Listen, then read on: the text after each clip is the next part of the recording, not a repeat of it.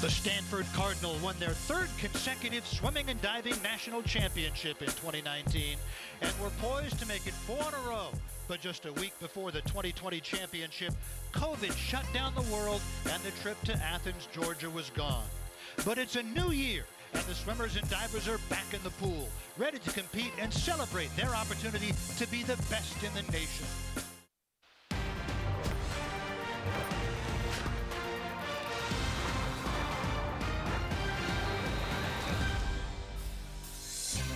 Greensboro, North Carolina. The 2-year wait because of the pandemic is over. Along with U.S. Olympians Rowdy Gaines and Cynthia Potter, I'm Rich Burke. We're at the state-of-the-art Greensboro Aquatic Center for the 2021 NCAA Women's Swimming and Diving Championships.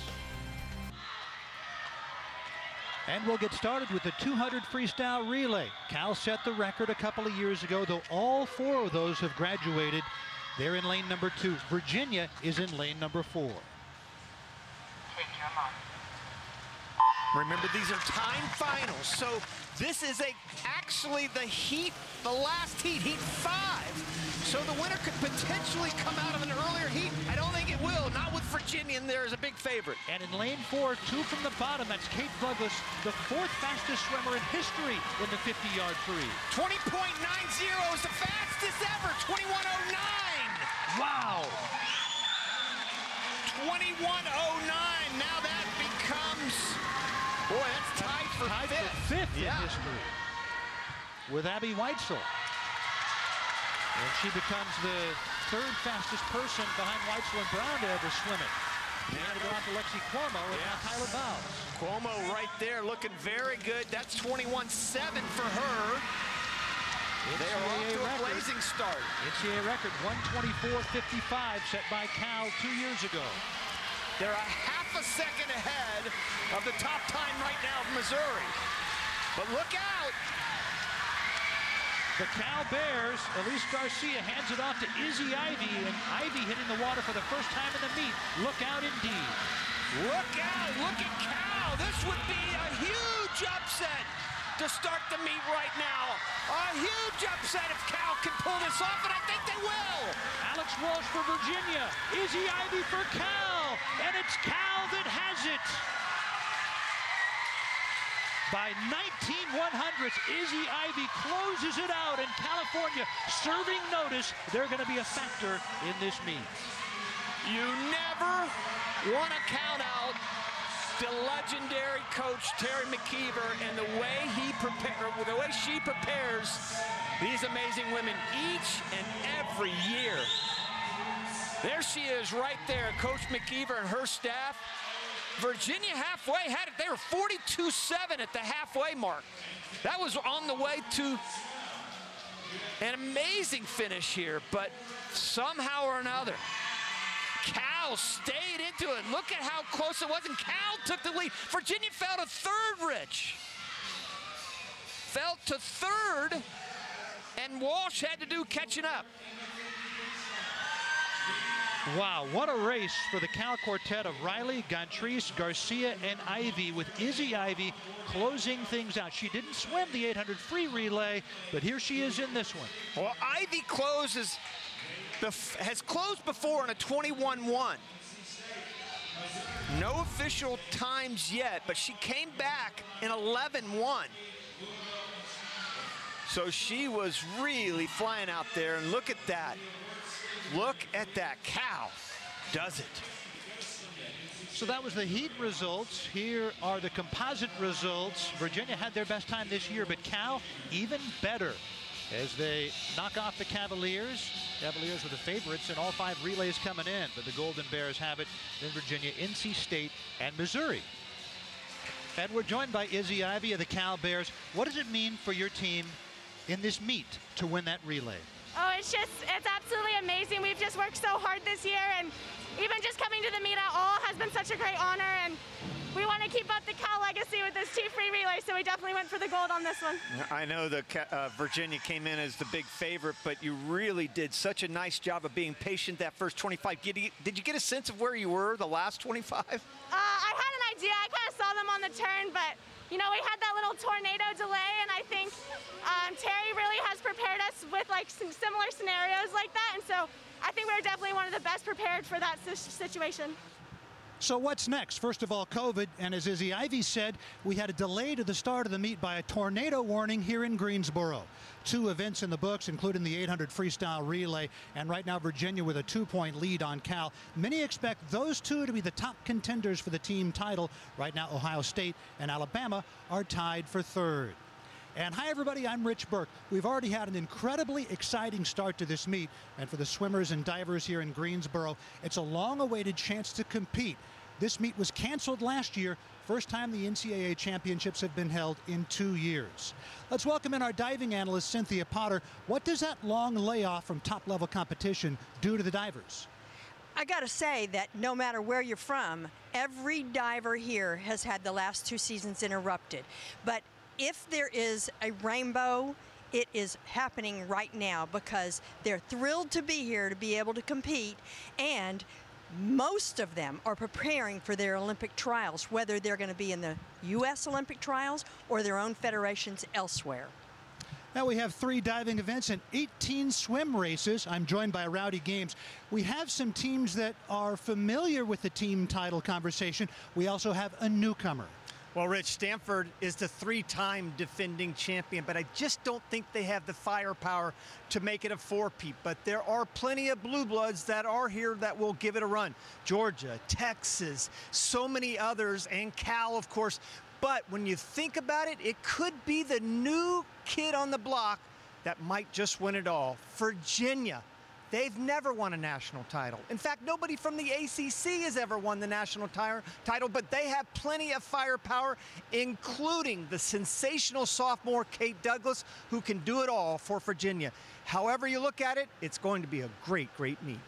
And when we come back, another Virginia Cavalier will be front and center. Alex Walsh, the top qualifier in the 200 individual medley, one of 2 Cavaliers in the A final. That and more coming up from Greensboro.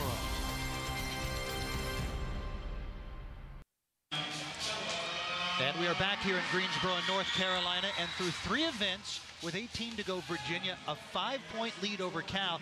So the expected top 2 teams neck and neck, Ohio State 3rd and Texas 4th. And now the championship final of the 200 IM. Ella Easton set the record in 2018. Alex Walsh, a freshman for Virginia, does she have a chance to break that record? 151.83 at the ACC is a personal best by 2 seconds. We'll be asking a lot for her to drop down and break that mark, but she's a freshman, and she had the best time this morning. Alicia Wilson of Cal is in lane number 5, but Virginia has 2 in this one, along with Walsh, Ella Nelson. Yeah, Virginia will certainly maintain that lead after this event. As you see Ella Nelson, that's a great 1-2 punch, Rich, for Virginia. A relatively slow event. We just saw the 500 freestyle earlier, and that was not very fast as well. Took 156.1 to get 8th here. 2 years ago it was 154.9. Again, COVID related, interrupted training, so many different issues these amazing athletes have had the last couple years, but tall order to break that record of Ella Easton. But if anybody can do it, Alex Walsh can. Her time in prelims, 154.6. That was about 2.8 seconds slower than her time at the ACCs. 3 sophomores and 2 freshmen. This is a very, very young field. In fact, Walsh, the freshman, surrounded by sophomores and freshmen. Only 2 seniors, no juniors. Oh, excuse me, Wilson is a junior. Check that. Wilson from Cal is a junior there in lane 5, who is right there with Walsh. Walsh very good in the middle of the pool. Backstroke and breaststroke is certainly her specialty. That's a tough combo to combat in a race like this. Alex Walsh in lane number 4 for Virginia, one of the top recruits entering 2020, behind maybe only Reagan Smith at Stanford, who's redshirting this year. Now on to the breaststroke leg. 27.5 on that split, by far faster than anybody else. Zoe Hartman was the next quickest at 28.2. Alicia Wilson was 28.5. And another great breaststroker. Here we go on the breaststroke leg for Walsh. Yeah, to be a lead in both backstroke and breaststroke is rare. And Alex Walsh is that. Look at her go. Yeah, she is having a great race. Came in as a huge favorite. No surprise there. 32.5. She's been 31.9, so a little bit slower than what she's been, but boy, she is running away with this one right now. Nobody's even close. Zoe Hartman of Georgia right now running second. It's Alex Walsh of Virginia as a lead coming to the end here in the 200 IM. At a time of 1:51.87. And we talk so much about her back and breast, but how about a 27 flat on the split on the very end?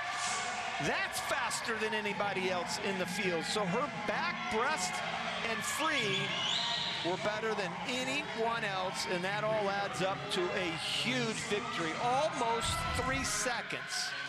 Walsh there, right there in the middle, lane 4, gets off to a pretty good start. Again, just a freshman, tall swimmer, and then she's got great underwaters. Halfway point coming into the wall right there. That's where she took the lead. Coming off that wall, such a spectacular breaststroke, backstroke leg, and then the breaststroke again. Just classy. 32.5. Exchanges here, turns, so important. And again, 151.8, little off what she's done this year. Yeah, 4 100ths difference, 4 100ths slower than her time at the ACCs, which was a personal best by 2 seconds. So just about matched it. And she will only get better, only get better. 24.7, 27.5, 32.5, and 27 flat. Remember the name, everybody, Alex Walsh. And she now joins us as an NCAA champion. Alex, you almost matched your time from the ACC championships, which was a personal best by a big margin. What led to the time drop? You know, my goal has always been to be 151, 150, obviously that American record. I think like me and Kate Douglas are both looking at it, and coming to Virginia, I've been doing a lot more endurance-based training, and I think that really showed at ACCs. I split a 26 on my 50 free, and I think it's that extra strength I've gotten, and I'm really grateful to have been able to be a part of such a great group of women who are pushing me every single day in practice. What was the most important 50 there for you in order to win that championship? You know, I'm also a turner backstroker, so I knew that I had the capability of splitting a lot faster on my backstroke. So really, I was just like, I'm gonna send it, and I'm gonna go fast on the butterfly and backstroke. I really wanted that first half to just be as fast as I could possibly make it, with also coming home strong. Well, thank you and congratulations on an NCAA championship as a freshman. Thank you. And now the championship final of the splash and dash, the 50 free. Abby Weitzel set the NCAA and American records in December of 2019. This one features 2 heavy hitters, Kate Douglas of Virginia, Maggie McNeil of Michigan, 2 best times in the nation entering this meet. And Kate Douglas in lane number 4. She went 21-21 in prelims, fastest in the country this year. And then to start off the 200 free relay, went 21.09, tying Abby Weitzel for the 5th fastest swim in history. Now, only Erica Brown and Abby Weitzel have been faster than Kate Douglas. And then in lane 6, Sarah Thompson of Missouri. Yeah, it's Sarah Thompson. How about this story? SEC, she missed her turn in the prelims, qualified 9th, got in the B final. She went a time that would have won the A final. She is now in the final in NCAA. She didn't miss her turn in the prelim. 46th in 2018, 29th in 2019, and now she sits in 5th coming here at the NCAAs. But it's going to be a tall order to beat Kate Douglas. That was the fastest split. You mentioned 21.09. That was faster than anybody else in the field with flying starts. That's how good that 21.09 was. Kylie Alons of NC State in lane number 5, the 2nd qualifier this morning. Maggie McNeil, keep an eye on her in lane number 3. Has a lot of speed, great underwaters. Right above her's Douglas. She has tremendous underwaters, and it's close. Kate Douglas of Virginia in lane number 4. Maggie McNeil of Michigan in lane number 3. And it is Douglas who has it by 4/100, 21.13. That is the 8th fastest swim in history. A lot closer than anybody in this building thought. A lot closer. Because Maggie McNeil swam a spectacular race to get second by 4/100ths of a second. She made it interesting, no question about it. We talk about those underwaters right next to each other. They're right next to each other. McNeil on the left, Douglas on the right. Sophomore going against the junior. Douglas, the sophomore, looked like she had it going out the first 25. There she is right there, but watch McNeil. We talked about the great underwaters and how good she looked underwater this morning. Douglas, but we didn't talk much about McNeil. One of the best butterflyers in the world, if not the best butterflyer in the world right now. And look at her. I thought she had it. But those long arms of McNeil gets in there barely. 4/100ths of a second. Kate Douglas and Maggie McNeil. We'll see the two of them as well in the 100 fly and the 100 free. They figure to be duking it out 2 more times during this meet. Pleasure to be joined by Kate Douglas. 21:09. That was your swim at the 200 free relay. 21:13 in the 50 free. The 5th and 8th fastest times in history. Only Abby Weitzel and Erica Brown have been faster than you. What does that mean to you? I mean, I definitely didn't think I was going to go that fast today, but I mean, going a best time twice tonight was really great. It was really exciting. How much are you pushed by that battle with Maggie McNeil of Michigan? Yeah, I mean, I knew it wasn't going to be an easy race because Maggie's really fast and there's a lot of other fast girls in the field, but I just tried to focus on my own swim, focus on myself, and thought that would do the job. Your team continues to win. What would it mean to bring a title to Virginia and the first ever NCAA team championship for the ACC? It would just mean so much to me and all of my teammates. I mean, that would just be so exciting to be Virginia's first national champion on the swim team, so that'd be great. Well, what a show. Great swims, Kate Douglas. Thank you. All right, Kate Douglas wins the 50 free in a time of 21:13, 8th fastest time in history. Only Weitzel and Brown are faster than her.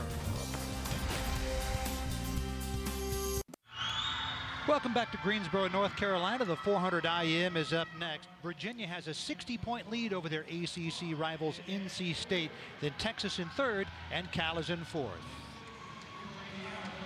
Bella Easton of Stanford set the mark 3 years ago. And a current Stanford swimmer, Brooke Forty, is shooting for her first NCAA title in this event. She was 4th in 2018, 3rd in 2019, and many thought that she would win it last year. Now she gets the opportunity. She will be in lane number 3. Big Ten champion Kristen Romano didn't qualify, but a couple of others from the Big Ten did. Katie Trace of Ohio State and Josie Brody of Indiana. And then in lane number 4, the top qualifier, Ella Nelson of Virginia, the ACC champion. And boy, she has a tremendous breaststroke leg, and that's where she'll need it right there. Comes in from behind a little bit on the first half, and then she'll blast that breaststroke. She'll need every bit of that, as 40 will definitely have a great freestyle. This is going to be a good race. Don't forget about Lauren Poole in lane 5 from Kentucky. Poole has a tremendous backstroke. She was 006 this morning on her back. Nelson, as I said, 7.7, 107.7 on the breaststroke part of her race. Such an incredibly demanding race. So many people talk about it being the toughest of any race there is. Katie Trace of Ohio State in lane number 2, going out fast. Mentioned Lauren Poole of Kentucky in lane number 5, the SEC champ in the 400 IM, 2 seconds better than teammate Jillian Davy, and 4 seconds better than Bailey Bonnet. Kentucky went 1, 2, and 4 at the SECs. Yeah, and they had 3 swimmers in the B final here, so you talk about 4 swimmers in the top 16, a quarter of the top 16 coming from Kentucky. So Lars Jorgensen, who won his first SEC championship, Kentucky's first SEC championship, is doing the job here in Greensboro. 54.8, boy, that is quick. That's almost a second faster than she went in the prelims. Katie Trace of Ohio State with the lead. And a good job. Leg. Good job there for 40 as well. Right there in lane number 3, right underneath her. Boy, if 40 is anywhere close to anybody at the halfway point, she has got to be a huge favorite to win this. I mean, she comes in with the fastest time of anybody in the field by 3 seconds, 3.5 seconds almost.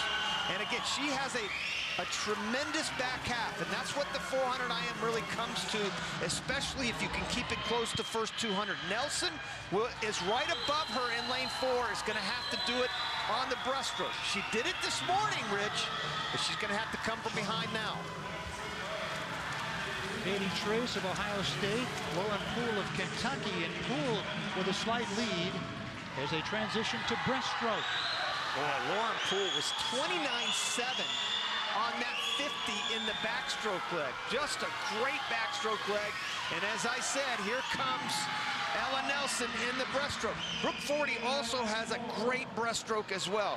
Her freestyle, though, is sensational. She won the 500 freestyle a couple years ago, and she was 3rd here at the NCAA's a couple days ago. Yeah, keep your eyes in the middle of the pool. Brooke Forty in lane number 3. And then Ella East in lane 4. Lauren Poole in lane number 5. Nelson trying to make up room. 40's right in front of me. Now 40's taking the lead here. Lauren Poole up there in lane number 5's right there with her. You called it, Rowdy. And Nelson not gaining as much ground as perhaps you would have thought. No, she's not. And her freestyle is not quite the same as Brooke Forty. Although I will say she was on the 800 free relay for Virginia, which won the 800 free relay, but she's a body length behind 40 right now. And now to freestyle. Brooke Forty, who was 4th 3 years ago, 3rd 2 years ago, and was projected to perhaps win this last year when the meet was canceled. Wow, she is looking really good. Great swimming family. Brother Mitchell swam at Mizzou. Brother Clayton's a junior at Georgia. Look at her go now. Wow. 3:33.6. She's well on her way to winning this, and now she puts her kick into it. Yeah, Mom Tricia swam at Northwestern. Brooke Forty, long-awaited shot at winning the 400 IM at the NCAAs. Here she comes, Ella Nelson just above her, and then Lauren Poole above Nelson. But it's Brooke Forty churning to the finish. Brooke Forty is the champion in the 400 IM, 4:01.57.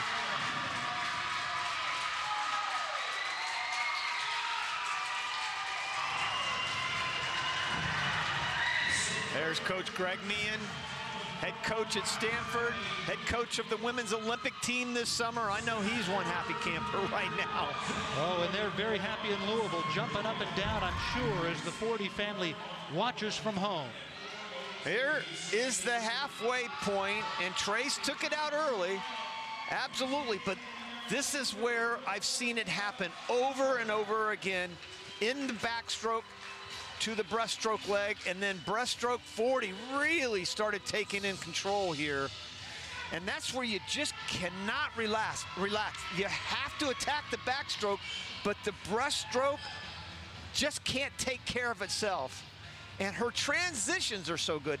Brooke Forty will be certainly one of the favorites to make the Olympic team this summer. That's how good she is in this event. This is her best shot to make that Olympic team, and she makes the most of it here in this the 400 IM, as you almost want to try to match your butterfly split at the end, with freestyle coming home in 27.9 on the end, and that's a great victory for not only Brooke Forty, but for Stanford as well. They kind of needed it. They were not in the championship mix. What a rise for Forty, from 4th to 3rd to a COVID cancellation last year, and now a 400 IM championship. For 8 events, the Virginia Cavaliers now 201 points. They have a 68-point lead on Texas, followed by NC State, Ohio State, and Cal. And now the 100 butterfly. Louise Hansen of Sweden set the mark along with Southern Cal. Kate Douglas of Virginia in lane number 4. Already at this meet has dropped the 5th and 8th fastest swims in history in the 53. Became the 3rd fastest swimmer ever in that event.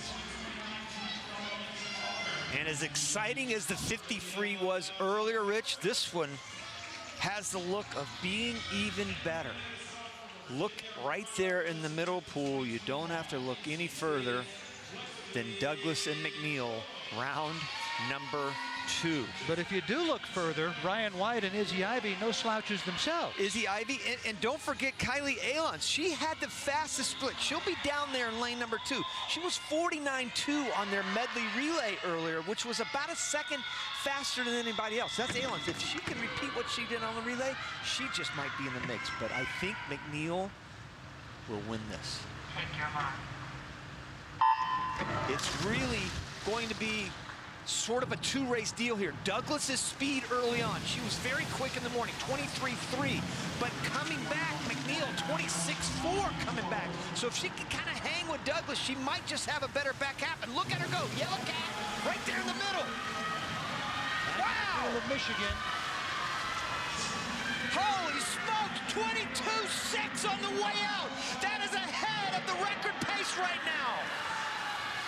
Maggie McNeil of Michigan in the yellow cap, gobbling up chunks of water. Wow, look at her go, 35 plus there. She's got a chance to do it. 49.26 is the overall record. Here comes Maggie McNeil, 49.26. Can she break it? Yes! Yes! Yes! Sub 49!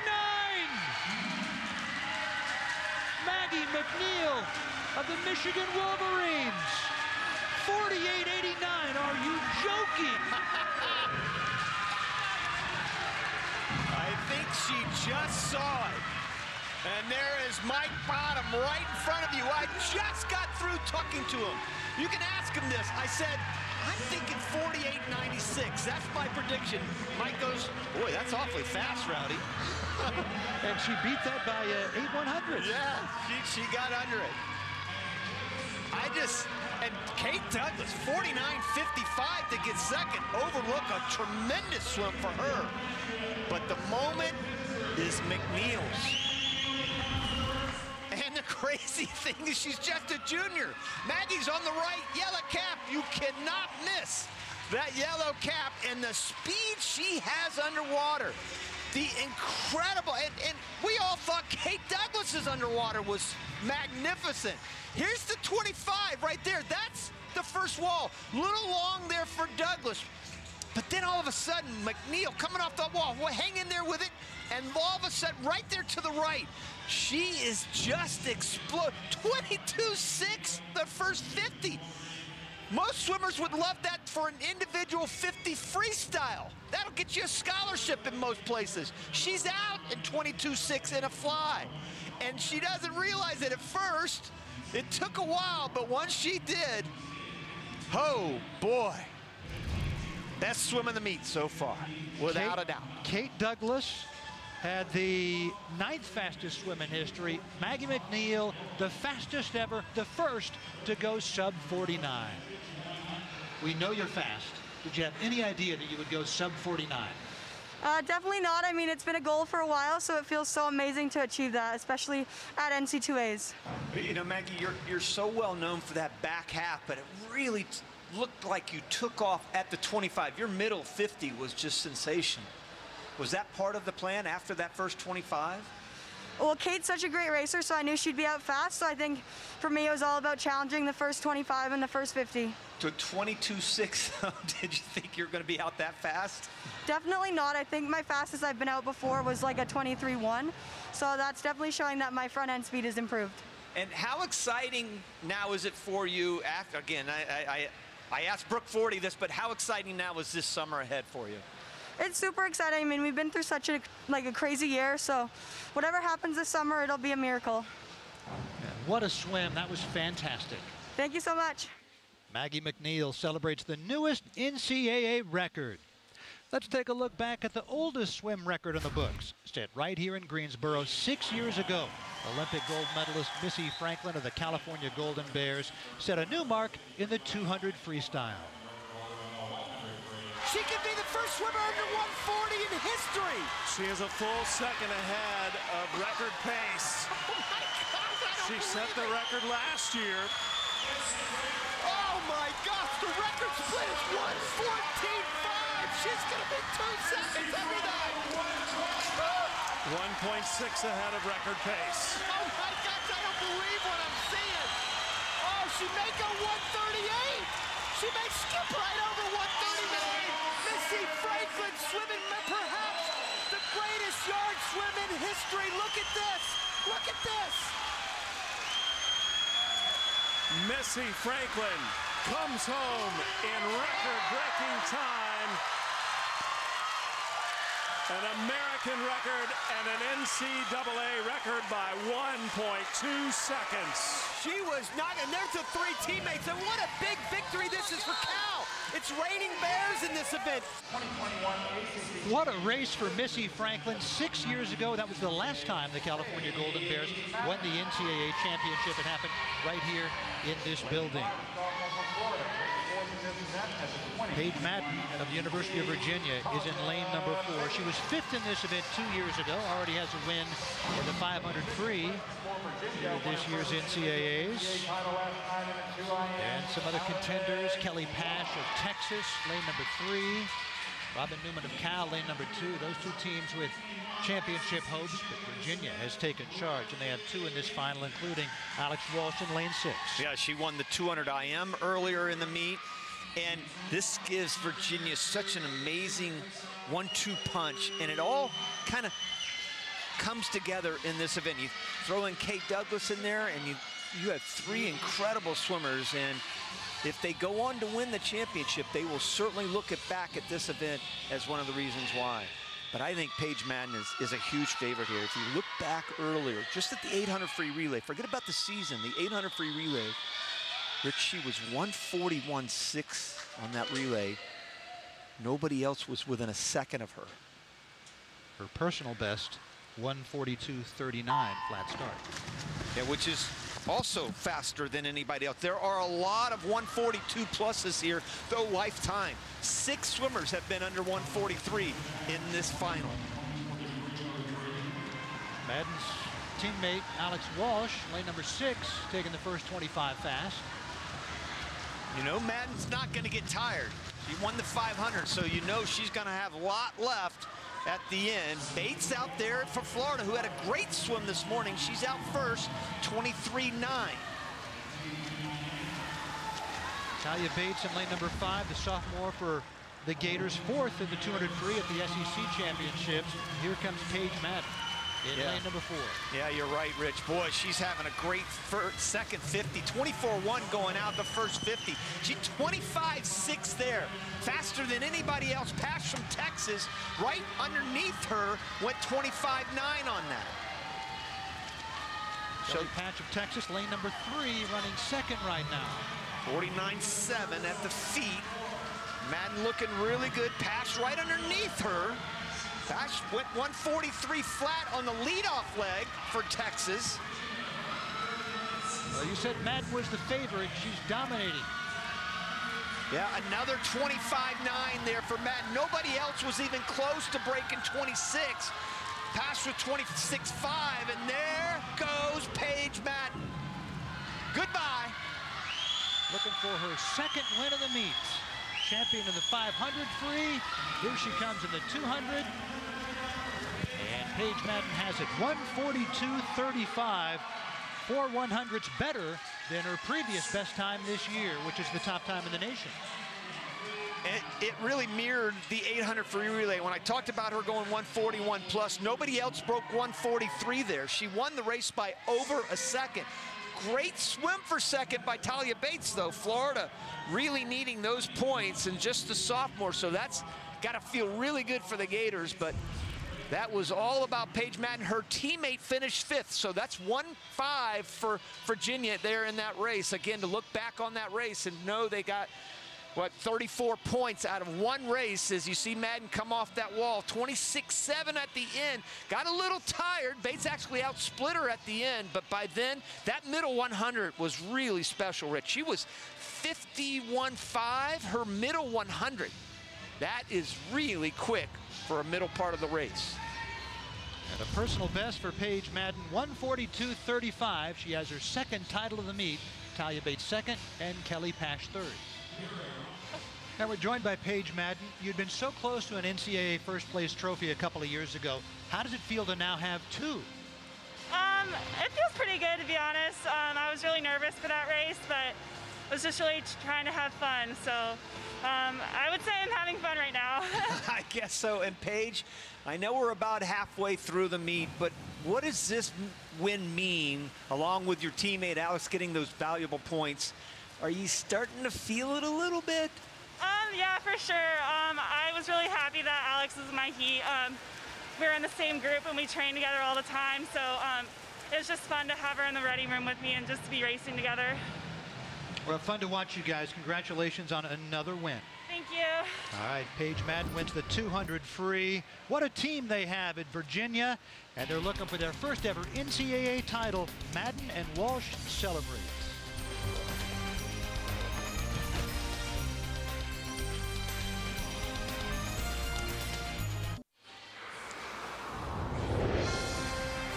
Back at the Greensboro Aquatic Center in North Carolina for the 2021 NCAA Women's Swimming and Diving Championships. The men's championships will air Tuesday, April 13th at 7 o'clock Eastern on ESPNU.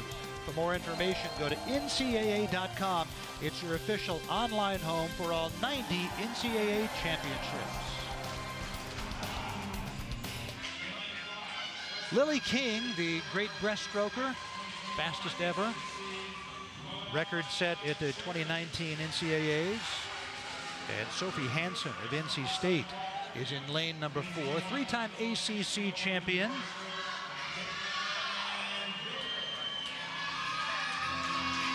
Mona McSherry of Tennessee is in lane number 5. Caitlin Dobler of Southern Cal in lane number 6. Keep an eye on her. She broke Rebecca Stoney's Southern Cal record. And to volunteer, Mona McSherry, the freshman from Dublin, Ireland, in lane number 5 for Tennessee. So we'll have a first-time champ in this event.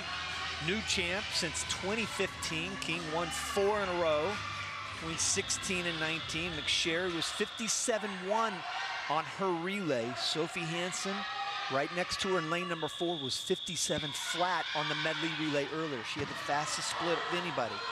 If they match up here, this could be a race. I still like Hansen. She was the only one under 58 in the prelim. She went 57.6 in the preliminaries, out in 27.3. McSherry was also 27.3 going out. A lot of them kind of bunched up in the morning in the preliminaries when they were all 27 lows, and it looks like not going to be much different here. Nobody's really kind of just exploding out on this one. Oh yeah, 27 flat. Look at that, Rich. I mean, you've got 3, 4 swimmers at 27.2 or better. 5 swimmers at 27.2 or better. Sophie Hansen of NC State, a Rio Olympian in both breaststroke events for her native Sweden. She is in lane number 4 for the Wolfpack. And this is where she is so good. That last 50, I don't know, Winger right there from Virginia hanging in there. Alexis Winger of Virginia in lane 2. Caitlin Dobler of USC, lane 6. And it is Sophie Hansen who has it by 23 100ths over Caitlin Dobler.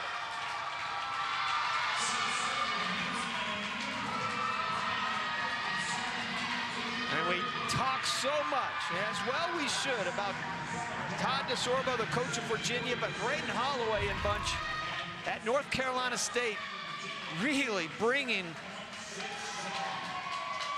the Wolfpack here to swim. And they did the job here, and Hansen followed up that great relay split earlier in the medley relay when they smashed the fastest in history. This was so close. As I said, there were 0.2 of a second that separated the top 5 swimmers at the 50. But just like the prelims, I got a little taste of it in the medley relay where Hansen was so good on the back half of her race. In the medley relay, she did the same thing in the prelim. She was 30.3 coming home this morning. That's a ½ second faster than anybody else coming home, and she did the same thing here tonight. Really nice job at the end. 30.1 coming home. Dobler was the only one that could match that speed coming back, and she got second, 30.2 on the end. Big celebration for Sophie Hansen of NC State. She is now tied for the 11th fastest swim in history with Bria Larson, 57.23. Dobler second with the 25th fastest swim in history.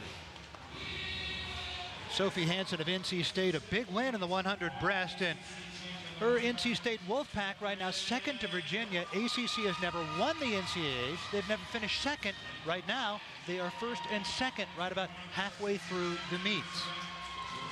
And now the 100-yard backstroke. Beta Nelson set the record back in 2019. And in lane 4 and 5, Catherine Burkhoff of NC State, Ryan Wyatt of Alabama. They tied in this morning's prelims, 50.16. And I might, coming into this race, I might have given the edge to Ryan White, but this is a tough double. She just got out of the 100. Butterfly. Izzy Ivy is another one. I mean, she might be one of the most valuable swimmers, but Burkhoff was just fantastic on the relay earlier in the meet. Remember that relay, medley relay, where NC State won that with the fastest time in the history? She was 50 flat on that relay. Ryan White was 50.1, but didn't have the 100 butterfly right before that. We have 5 conference champs stacked up all in a row. Julia Cook of the Big 12, Izzy Ivy the Pac-12, Ryan White the SEC, Burkhoff the ACC, Phoebe Bacon of the Big 10.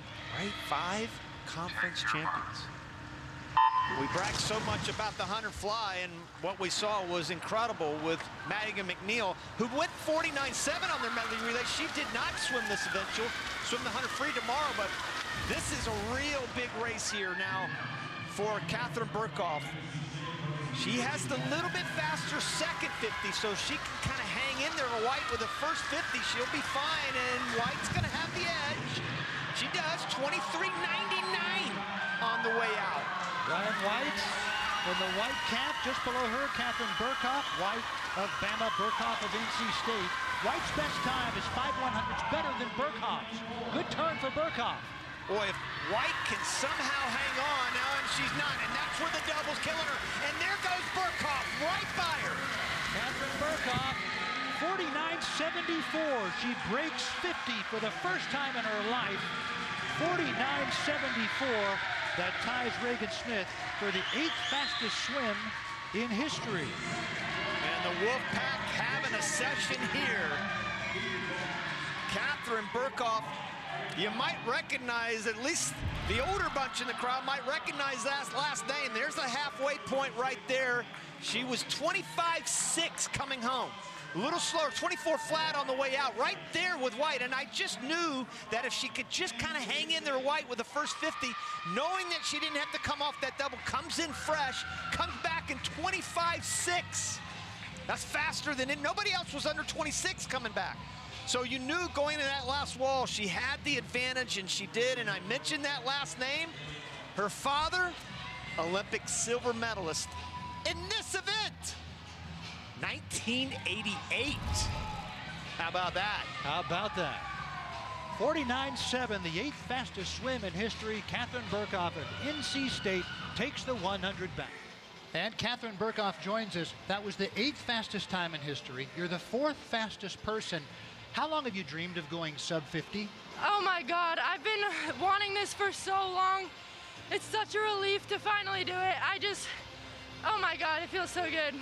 And what a fantastic session for the Wolfpack. Did you gain inspiration from teammate Sophie Hansen's win in the 100 breast? Oh my God, yeah, that was so awesome to watch. And just all the girls who just did so well tonight. Also Kylie getting 3rd, that was huge. And we had 3 women in the A and B final for breaststroke, so it was just so cool. Well, continued success. Congratulations. Thank you. And now it's time to turn our attention to diving and welcome Cynthia Potter to the booth. The 1 meter springboard competition is already in the books. And Sarah Bacon, who was the defending champion and the record holder, picked up momentum. Round 1, 4th place. Round 2, 3rd place. This is her round 3 dive, which vaulted her into the lead. That was almost flawless, and that's why the judges rewarded her with 3 9s. 7 judges, but 3 of them gave her 9s out of 10. In the final round, where she had been leading since round 3, round 6 she does one of the best dives of the competition and cements the title for the 3rd year. Remember, last year there was no NCAA, but she set the record in 2019. One diving event down, 2 to go. We'll be back with a 3 meter springboard competition after this.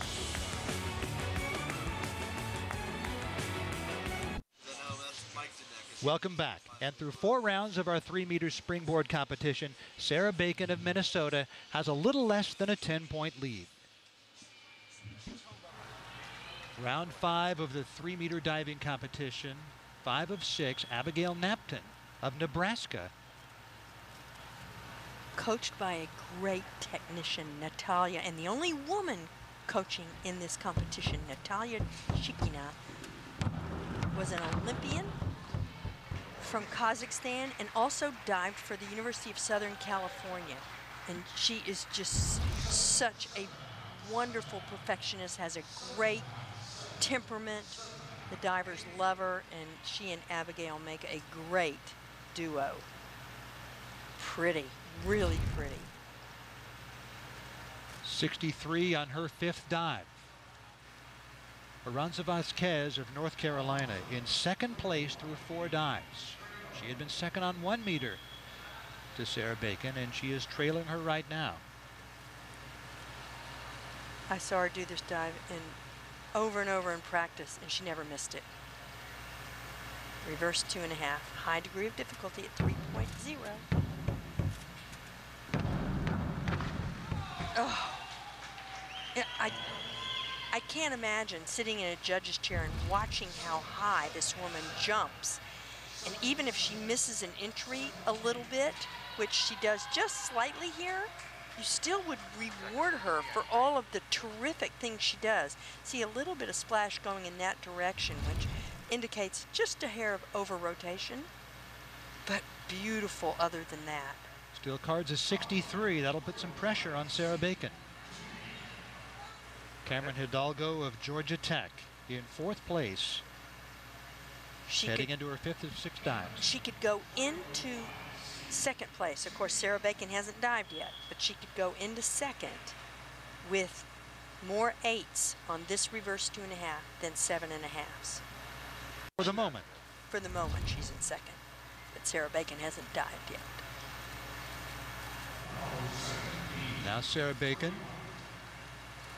whose synchro partner is former Stanford diver Cassidy Cook. They're really great synchro partners together. They're supposed to go and dive at the World Cup in Tokyo at the Olympic pool in April. We don't know if it's going to happen yet or not. And yes, it's Cook and Bacon. It is Cook and Bacon. A lot of jokes about that one. She needs 6s to stay ahead in 1st place. Piece of cake. For her, yes. Piece of cake. And that is just the epitome of what Sarah Bacon does. She does it in seemingly every contest now that I see her in. She picks up momentum after about the 2nd round. She's like a steamroller and just gets better and better, increases her lead more and more, and she did it there. The best dive of the competition, 74.4 for the leader in the next to last round, Sarah Bacon. She's widened her lead to 21 points just about over Aranza Vasquez, and then Abigail Napton 3rd, Cameron Hidalgo 4th. Abigail Napton of Nebraska, over the years on 3 meter, 30th, 22nd, 15th, And now here in her senior year, heading into her last dive in 3rd place. And I still think her favorite event and her best event is yet to come, the platform event. Can she stay in 3rd and better anything she's done in the NCAAs? Questionable. That was not one of the best back twisters that I've seen her do. She really just barely makes it, sort of sniffing chlorine as she tries to line up for the water on that dive. Finishes it what we would call low to the water. Has a little trouble with that entry as a result. Her best finish on platform is 4th. Hoping to better that here. But it'll still be her best finish on springboard. Emma Goldstrand of Miami. It's the highest degree of difficulty dive that any woman is doing in this competition at 3.4. I saw her do it in practice, better than she did it in the preliminaries, and this could catapult her up into possibly one of the top 3 spots. In 5th place, heading to her last dive, the freshman for the University of Miami.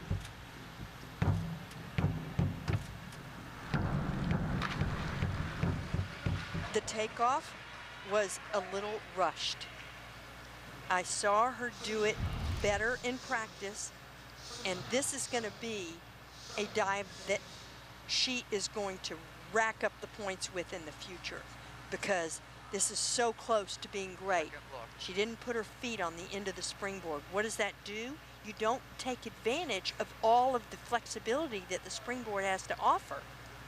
That is so tough. A 2.5 somersault with 2 twists. Still 6, 6.5, and 7 with that 3.4 degree of difficulty, a 64.6. Aranza Vazquez of North Carolina was 2nd to Sarah Bacon on 1 meter. She is 2nd to Bacon here on 3 meter, and she's 21 points back. She needs a fantastic dive here, and she has the degree of difficulty 3.0. Yes, and this is a very steady dive for her. Very good dive. That's why she puts it last. I expect her to be in the top 3, and I would say the top 2 at worst, because she was in a good position doing a dive like she just did to stay in the top 2. Look at that. 8s, and again, vaulting herself up towards the 5 meter platform, even above the 5 meter. Yeah, she really gets air. She and does. She cards a 69. That's her highest scoring dive of the competition. 384.75. It's pretty cool to do that as your last dive and pay dirt. And just a freshman. Cameron Hidalgo of Georgia Tech, 3 years ago as a freshman, NCAA zones qualifier on all 3 boards, but missed ACCs and zones because of an injury. 2 years ago didn't qualify for zones, and last year qualified for the NCAAs on all 3 boards, the first Yellow Jacket since 2008 to qualify for all 3, and then the championships were canceled. But here she is in 4th place heading into her final dive.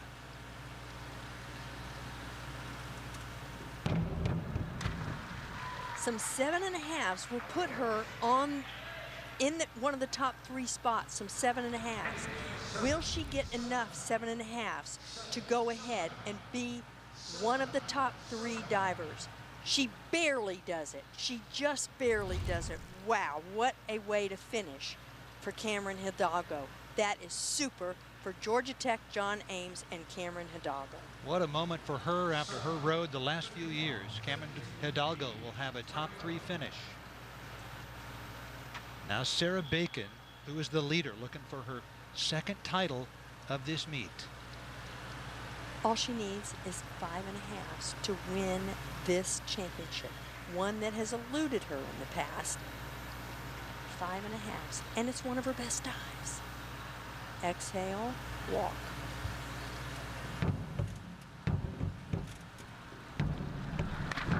Oh, yes. It's lovely. It's just lovely. Winbo Chin knows that that meant a lot to Sarah. She talked about it in the interview from 1 meter, how she wanted this one. She wanted a good, consistent performance. And when you go over 400 points, you know that is spectacular. That is the highest score in this competition since going back to Yu Zhao of Minnesota in 2015. That sets her up to be diver of the meet right there. She's won 2 springboard titles out of 3 events for diving at the NCAAs. And her highest 2 dives, the highest 2 dives of the competition, were in the 5th and 6th rounds. Sarah Bacon saving the best for last, and she wins the 3-meter springboard competition. Sarah Bacon joins us, 2 wins, and in this one, your best 2 dives were your final 2 dives. How do you stay so calm under pressure? My coach, honestly, he helps me stay calm in between dives, and then we've been working on consistency on 3-meter throughout the whole year, so I think it's finally starting to show off after that performance. Sarah, you have really distinguished yourself in NCAA competition now. As you head towards the Olympic trials, how are you feeling about your preparation thus far in the women's 3-meter event? Yeah, I'm feeling really good. My body, health-wise, I'm feeling better than ever, and my diving-wise, I think I look better than ever. So I'm going to use these events that I performed here and help that motivate me moving forward into the Olympic trials and into the Olympic Games. Once again, well done, and the springboard diving that you displayed was almost flawless. Thank you. Sarah Bacon of Minnesota, 3-time champion on 1 meter, and for the first time, big hug from her coach Winbo Chin, for the first time a champion on 3 meter.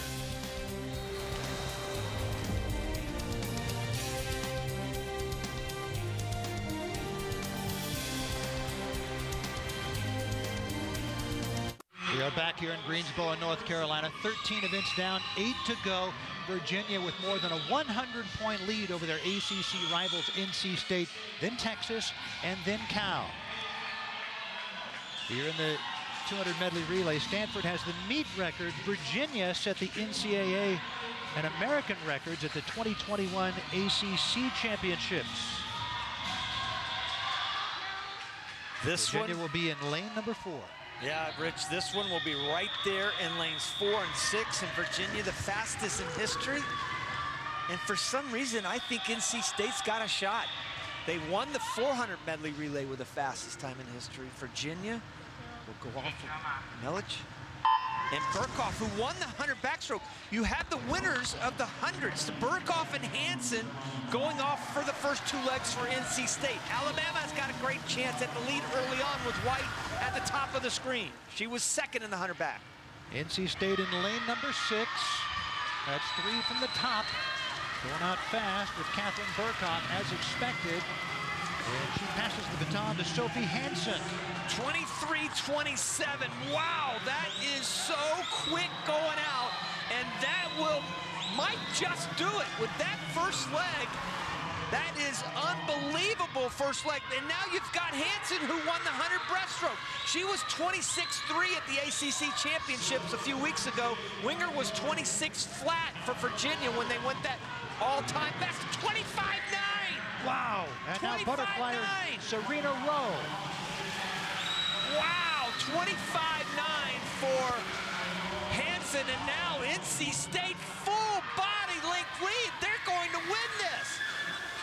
Except for you've got Douglas on the end, and she's been 20.6, so she's got to have a full second lead. I don't know how they can do it. Kylie Alonz of NC State going to try to hold off Kate Douglas of Virginia. Virginia set an NCAA record at the ACCs, but it's NC State with all the lead. All the way! Kylie Alonz, 133.18. That is just 7/100 shy of the meet record set by Stanford in 2018. What a race for the Wolfpack. Just incredible. And 21.2 on the ends for Allens. And then, you know, Virginia, Douglas just off a little bit with a 21.1. She's been 20.6. In fact, when they broke that record, she was 20.6. Here's the fly exchange. And these exchanges really happen fast and furiously. And those results are not quite official yet. I didn't see anything that was glaring on false start. But look at this. Look at this group. Unbelievable, especially that first half with Burkhoff and Hansen And now they double up on the medley relays. First the 400, and now the 200. NC State, a two-time relay champion here at the 2021 NCAAs. The composite results from the 200 medley relay, and NC State, Virginia, and Ohio State, all from heat number 5. Cal from heat number 4 slipped into 4th place. And we're joined by the Wolfpack and Serena Rowe, who swam the butterfly leg. You guys won the 400 medley relay, now the 200 medley relay. What's that say about your program? I know that we're often really only recognized for our sprint, but honestly we have so much depth, and I'm proud of every single girl that's here, and I'm so proud of every girl that's at home that got us to this point, and I'm just so thankful for everybody that helped us get here. Serena, you watched those 3 incredible teammates of yours behind you win the 400 medley relay last night. How fun was it to join this party tonight? Last night I was uncontrollably sobbing, and I could not stop myself, and I was worried that I wasn't going to calm down. I love these girls with my entire heart, and I feel like the most special girl in the world that I got to share this relay with them, and especially this title. So when are the tears going to come about this one, or have they come already? They were on the podium a little bit, and probably a little more when I get back to the hotel. Well, what a way to wrap up your career. Congratulations. Thank you so much. All right. Braden Holloway, the NC State head coach, hugs all around for his victorious Wolfpack. They take their 2nd relay of the meet.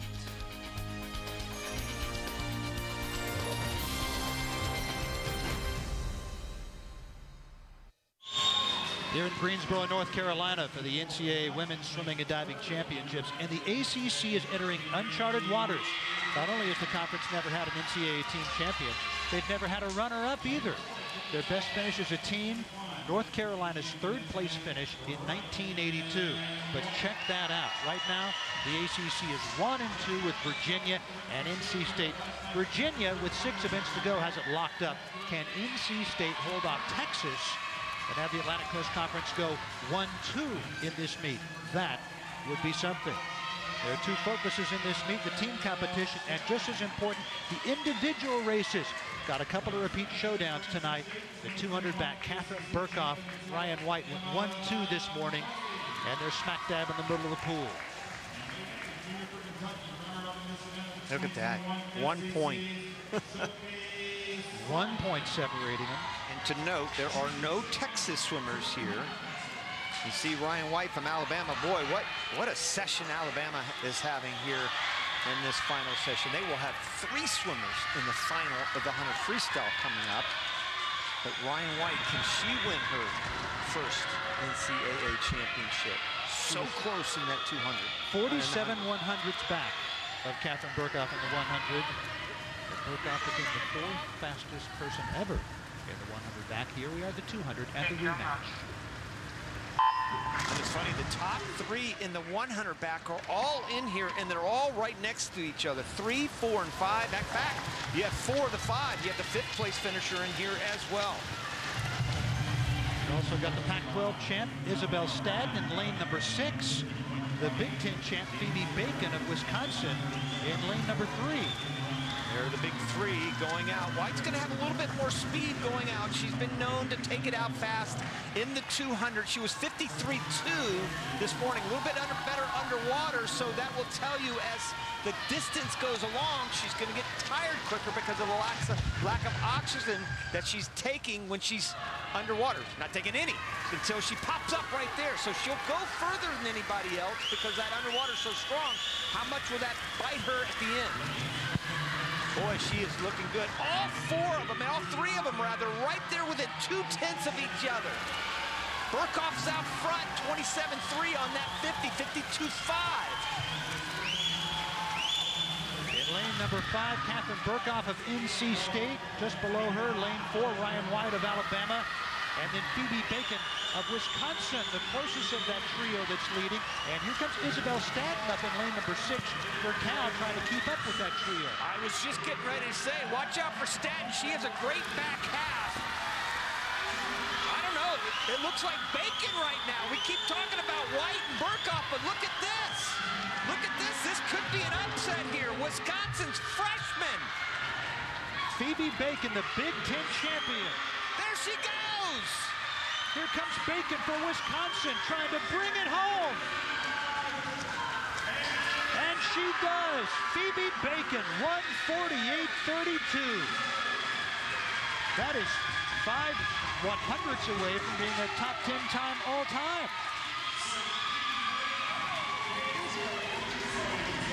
Boy, she showed the patience of a veteran there.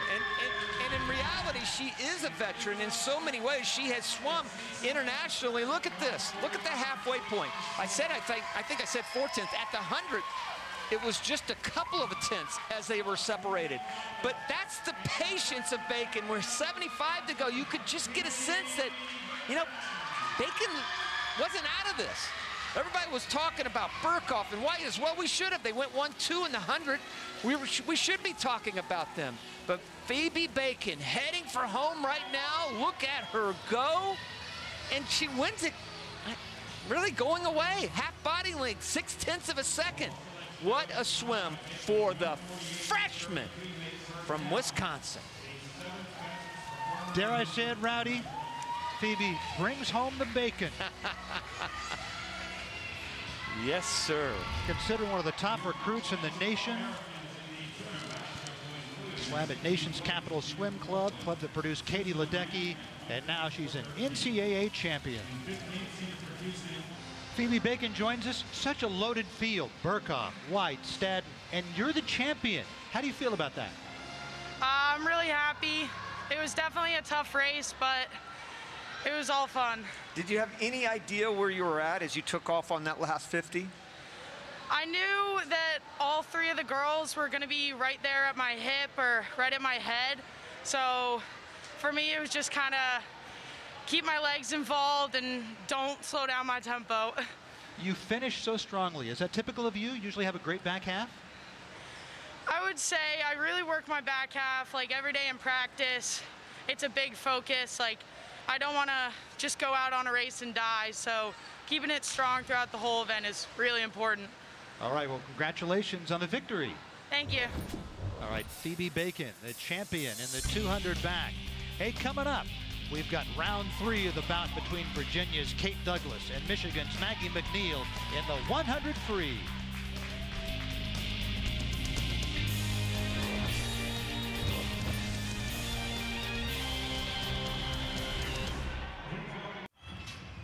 Here in Greensboro, North Carolina, the NCAA Women's Swimming and Diving Championships, and the University of Virginia in position for a first ever title. They lead their ACC rivals, NC State. Another historic event happened here 6 years ago. History was made in the 100 free for the first time ever in any NCAA swim race. 3 African Americans stood on the podium, 1, 2, 3. Manual leading. We'll see if she can break the record. She is in the last length now. Record 46, 29, 43, 44. Oh, she did it. A new American record. Simone Manuel smashes it. One of the most significant moments in our sports history. We still have a long way to go, but this is something I'll always be so proud to have called. Simone Manuel, Leah Neal, Natalie Hines. What an incredible moment in time. Yep, that was something. And that takes us to tonight's 100 free.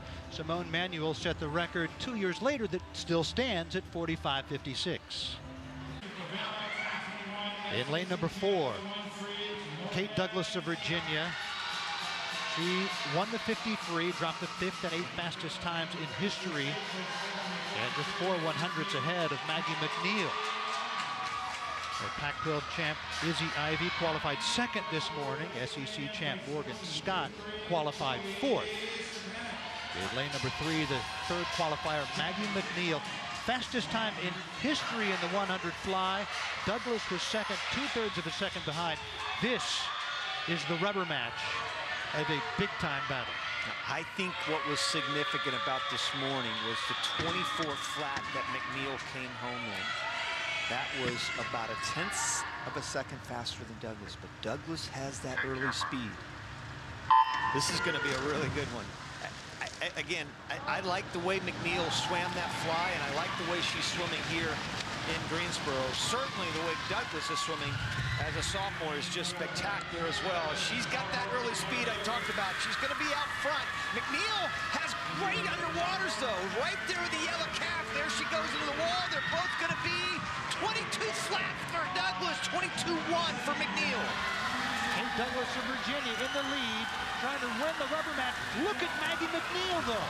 McNeil is just unbelievable with the underwaters. There she goes. I'm not sure Douglas is going to be able to catch her. What a battle.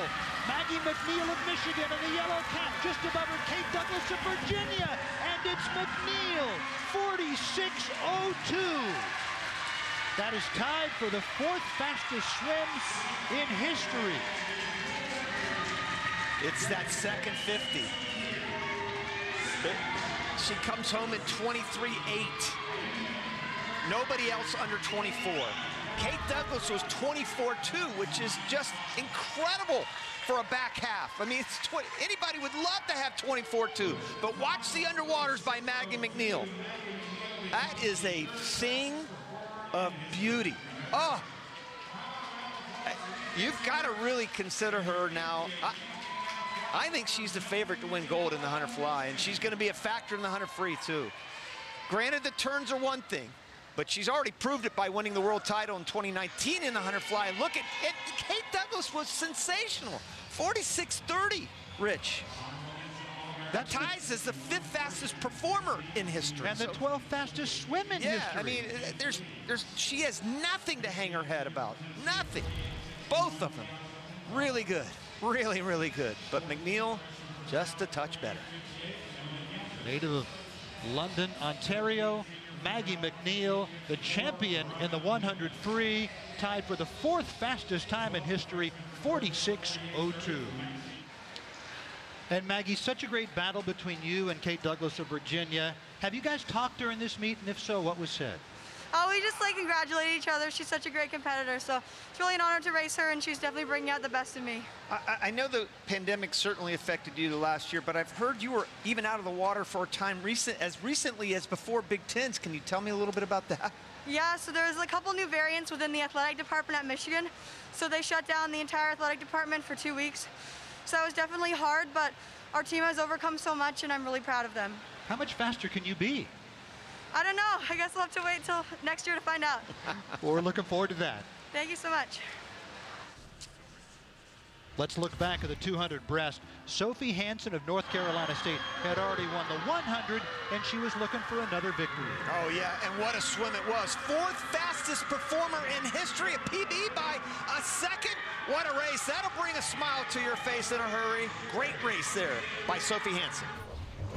And let's take a look at today's rewarding performance, brought to you by Capital One.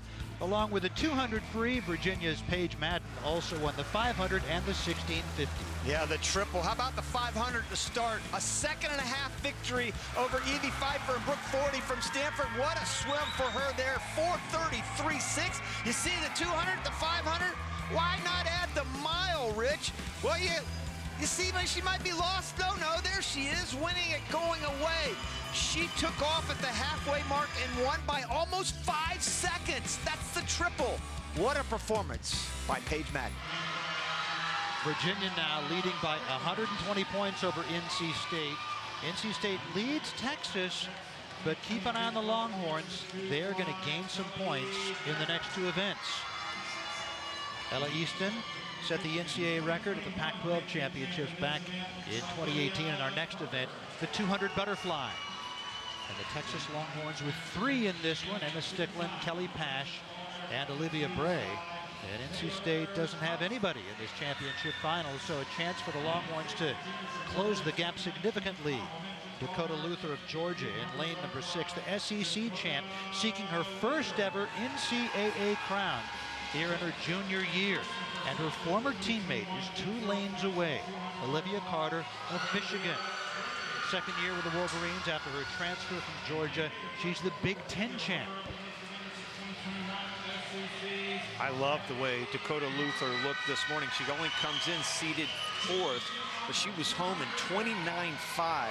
And Carter wasn't too far behind her at 29.7 on the last 50. So you know they're going to have a lot of great endurance here the last 50. That's where Dakota Luther did so well at the SECs, and Carter the same at Big Tens. In between them, Taylor Pike of Texas A&M in lane number 5. She qualified second this morning. Take your mark. Carter was actually SEC champ back in 2019 for Georgia before she transferred. Lydia Bray of Texas here in the first wall first, up in lane number 7. Kelly Pash, also from Texas, took it out really fast this morning. She's right there in lane number 3. Great program in Carmel, Indiana, Carmel High School. Boy, Texas running, I know it's early, but they're running 1, 2, and 3 right now. Strickland was third at 24.9. Lydia Bray up in lane number 7, going out fast. Freshman from Daleville, Virginia. Very fast, but she was the quickest at the 100 this morning. She was 53 flat on the way out in prelim. Came back to the field in the prelims. Did she play a little possum this morning and just cruise the last 100? Well, she's out at exact same time, 53 flat. Yeah, she's the Big 12 champ. Did she just grab a lane this morning? We'll find out. There goes Carter, that back half. Right behind her, Dakota Luther. Olivia Carter of Michigan in lane number 4, surging to the lead. Stickland doing really well right now. Texas running 2-3 right now. That would be perfect for them. They don't really need to move up that much. Just grab a lot of points here. Because Carter's going to hang on to win this. And win it big. Nobody's even close. What a race for Olivia Carter of Michigan. Can the Longhorns go 2-3, or will somebody else sneak in? Keep an eye on Luther in lane number 6. Above her, Olivia Bray. It's Carter that has it, 151.33. And then we have Bray second, Luther third, and Kelly Pash of Texas fourth, and the Stickland seventh for the Longhorns. Well, the Wolverines are on fire this session. First McNeil, and now her teammate, Olivia Carter. Look at the halfway point. That's her right there. She's third at the 100 mark. That last 100 was spectacular. 29.3 on the last 50 alone, and there she is coming home. And big points there for Michigan. You can see her side breathe, which is not bad. If you have that flexibility, that shoulder flexibility, that's not a big deal at all. A lot of great butterflyers that have had that side breathing. You can see her, she comes into that last wall. Huge lead there. So that's one storyline. The great swim by it, second best time for her, 9th fastest performer in history. But the second story, and you said it, was Texas finishing 2nd, 4th, and 7th. Huge points for the Longhorns, as they will probably go by North Carolina State. Olivia Carter, she wins it. We'll talk with her when we come back to Greensboro.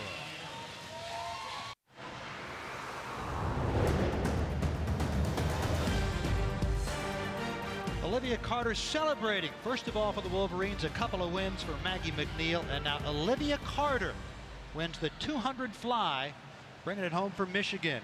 Olivia, your career starting out here in Greensboro, going to Georgia, now Michigan. What does this win mean to you? It's absolutely amazing for me to win at my home pool. This is definitely a dream come true. You know, I wish there could be a home crowd for me to celebrate with, but it's all good. I'm super amped to be here, and especially at home, it felt like I was right at home. 9th fastest performer in history in the 2 fly. How did you find so much speed at the end of a long meet? You know, the last day has always been one of my best days. So, you know, really going off the victories of Maggie, both of her national wins, it's just amazing, and it gave me a lot of energy to kind of push through for this last day. Well, that was fun to watch. Nice work. Thank you very much. Go Blue. Olivia Carter of Michigan. Wolverines now in 6th place. Virginia with a comfortable lead with 2 events remaining, as they will win their first ever NCAA title. NC State second, Texas third. And let's welcome in Cynthia Potter. We turn our attention now to platform diving. And one of the most impressive things that I'm looking at in the platform is Taryn Gilliland picking up steam in every round, the freshman from Indiana, who does dives like that to put her in the lead in round 4 with the highest scoring dive of the competition at that point. Taryn Gilliland of Indiana has the lead. The freshman leading the 2 Purdue Boilermakers, Merriman and Vieta, and then Delaney Schnell. So look at that, just 11 points separate the top 4. And you can make that up with these high degree of difficulty dives. Aranza Vazquez of North Carolina, second on both springboards, 5th heading into her final dive here on platform.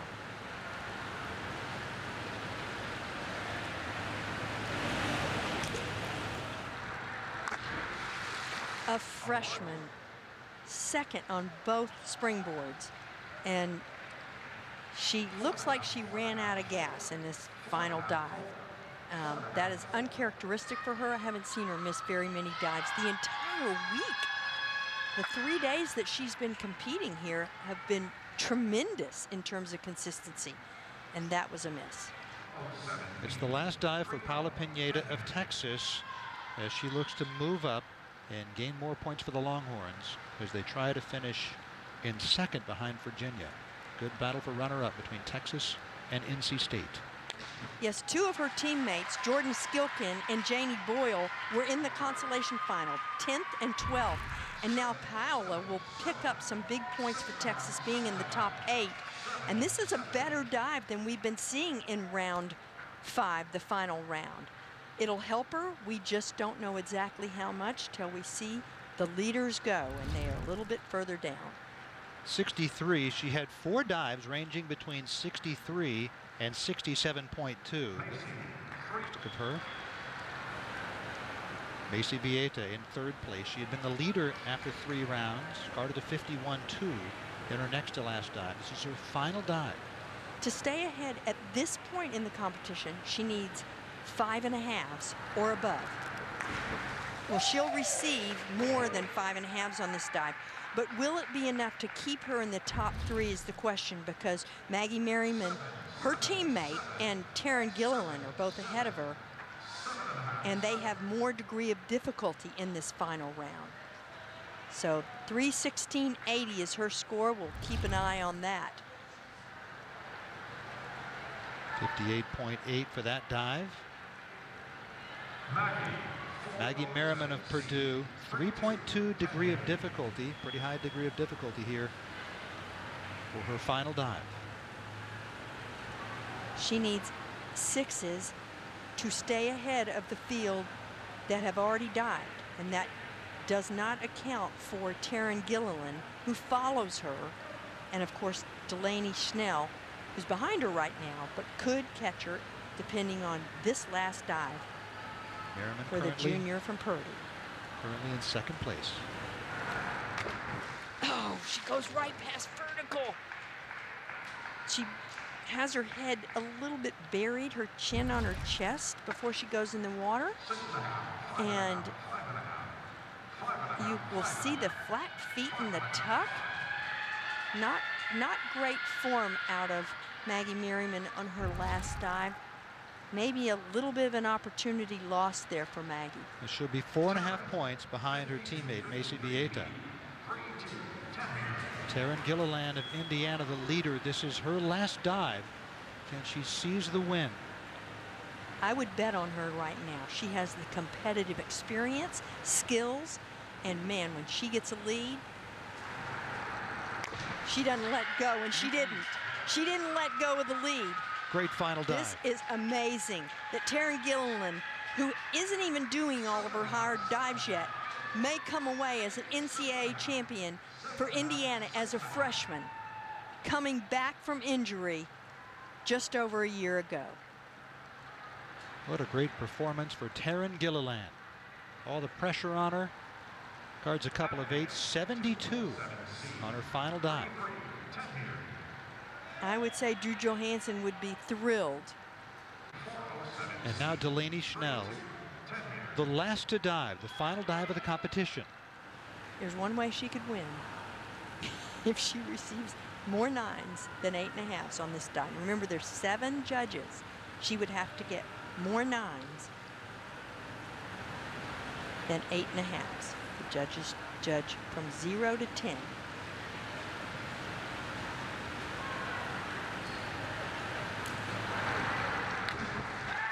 That is a beautiful inward 3.5. She comes back and does a terrific dive. I don't think it's going to be enough to win, but it'll get her second place because it's one of the highest scoring dives of the competition. And she goes in vertically, the stretch, the toe point, impeccable. Just a little too much splash, maybe. Taryn Gilliland of Indiana is the champion on platform. Delaney Schnell of Arizona, second. Taryn Gilliland is an NCAA champion. This is really not a huge surprise, but only in the fact that she hasn't recovered from all those injuries yet. But she is on the way. This was tremendously impressive. Taryn Gilliland of Indiana, the platform champion. After your first dive, low degree of difficulty, 1.9, 45.6. What did you tell yourself where you stood in the standings right there to be able to come back? I was just trying to keep in a competitive mindset throughout the whole thing. I knew I was at a disadvantage with lower DD, but my coach was with me through every step and just giving me encouragement. Taryn, this was amazing. We've always known you had great competitive skills, but after having that stress fracture and doing what you need to do to come back and be competitive at the Olympic trials coming up, how do you feel your progress is at this point? At this point, I think we're at a good spot. I think just going through Big Tens and NCAAs is just giving me more competitive opportunities to go to Olympic trials and do well. Well, you certainly lived up to your competitive nature. Congratulations. Thank you so much. All right, Taryn Gilliland of Indiana in 7th place after 1 round, into 5th to 3rd, and capped it off with 2 great dives. She's the platform champion.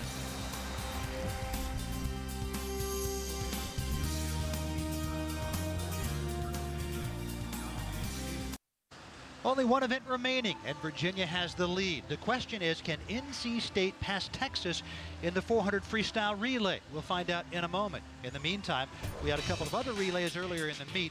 Virginia started it off by winning the 800 freestyle relay. Yeah, they really just destroyed the field, and it was a perfect start for them to start this meet off in a big way.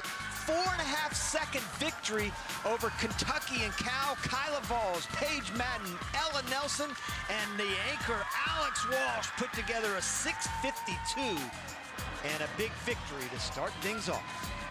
And then the 400 medley relay. Keep an eye at the top of your screen. In lane number 8, NC State did something nobody else had ever done. Fastest time in history. They smashed the record by Stanford. And Julia Poole holding off a charging Kate Douglas of Virginia and gets her. 1st and 3rd fastest times in history. What a race that was. Cal set the record in the 400 freestyle relay. Our final race of the meet. In 2019, they will be in lane number 2 at the bottom. But the story here is lane number 4 in the Virginia Cavaliers. They will win this championship. The question is, can they put an exclamation point on it and take this final relay? Well, they were 2nd in the 200 free relay, 1st in the 800 free relay. So that's beautiful. Cal, 1st in the 200 free relay, 3rd in the 800 free relay. So you think those are the 2 favorites? It might just be Alabama. They had 3 in the top 8 in the 100 freestyle earlier. 4th, 5th, 7th. In fact, they had 5 swimmers in the top 22. A quarter of the 100 freestyle was Alabama, so they now may be the favorite. But they were 6th in the 200 free relay. They were 6th in the 800 free relay. So who knows? That's Alabama right there, up there in lane 6. And Kate Douglas starting matters off for Virginia here in lane number 4. Keep an eye on her and her time. Oh, yeah. Hey, this is round 4. Up there at the top, that's Maggie McNeil. So now we're in round 4 with Douglas and McNeil. That gets lost in the big story of Virginia. And maybe Douglas will get her this time. And she does. 46.7 to 46.9. Wow. 46.7 for Douglas, 46.9. Pretty good consolation prize there for Kate Douglas. So Alabama went with their best with Scott. She was fourth, but not such a slouch with fifth with Antonio. Billy Antonio for Alabama in lane number 6. Paige Madden for Virginia in lane number 4. Lane 8 at the top, lane 1 at the bottom. Gantries down at the bottom. There's Cal. She was 14th. So they're kind of really going with the best 100 freestylers from the fact that they were consolation finalists. But really, their very best 100 freer is Ivy, who was 3rd in the 100 freestyle, but they have dug a huge hole. I don't think even Ivy can catch Cuomo at the end. Because look at this, you had Madden, who just went. By the way, she's only won 3 events. The first 3 spots for Virginia, first, and first. All different events. Walsh is going now for Virginia. She won the 200 IM. But there goes Alabama. That's Molnar. That's their weakest link. She was 21st in the 100 freestyle for Alabama, but she's hanging right there with her. And now it's going to come down between Cuomo, who was not in any individual 100 freestyle, but been a big part of 4 different relays for Virginia. And Dupree, who was 7th in the 100. Lane number 4 for Virginia, Lexi Cuomo, the sophomore, is in the water. Lane 6 for Alabama, Cora Dupree, likewise a sophomore, in the white cap. Well, here we go. Can Alabama pull it off and come from behind? Because that's exactly what they're going to have to do. And boy, I tell you, the first 50, any indication, Cuomo is out there. 22.5 on the way out. 22.4 for Dupree. Lexi Cuomo on a mission here. I don't know, though. I don't know. Look at Alabama. Alabama just took the lead. Alabama just took the lead. Oh, but what a turn by Cuomo. But Alabama's going to do it. Cora Dupree of Alabama, 3:09.78. Virginia finishes 2nd, but they win the team championship.